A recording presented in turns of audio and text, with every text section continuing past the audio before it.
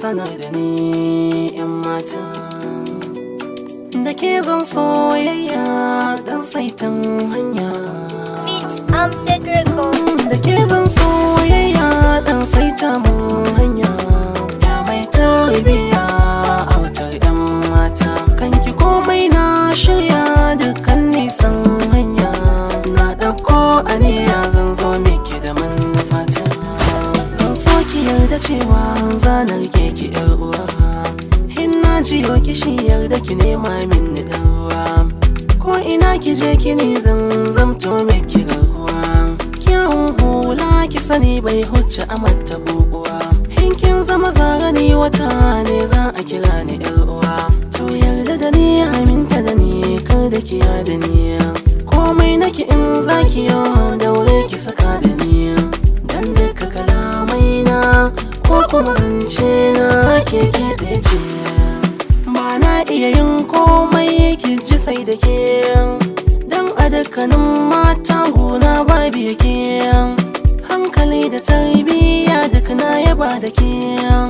to a ɗauke dukkanin mata a bar ni da ke masoyiya za na iya ɓadda komai kai na kina san baki ban wuya zan baki kula tamkar ɗana cikin mahaifiya mai burin ya taɓa ki wannan dole ya sha tsumagiya zan rayu da ke muradi na ke na faso iya wuya kauna take ta ratsa jini da jikina har da jijiya in ba ke na faɗa na ƙara ki sani sai rijiya mai so na da wuri ki kusanta da ni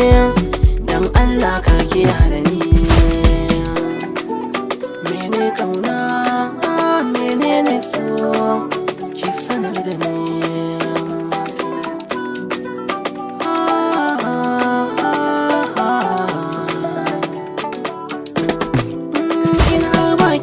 soyayya ta bare da ni na zan majnuni kai nake ban ji ba na gani bacci ko zahiri ko yaushe ke na gani ke mini magani mun zama hanta da jini kaunar ki a zuciya kin gani ta yi sansani ke ɗaya ce a mata ke min kwarjini maɗin rayuwa hakin zama to mini idan gani in kin yarje aure na da ke nema hana shirya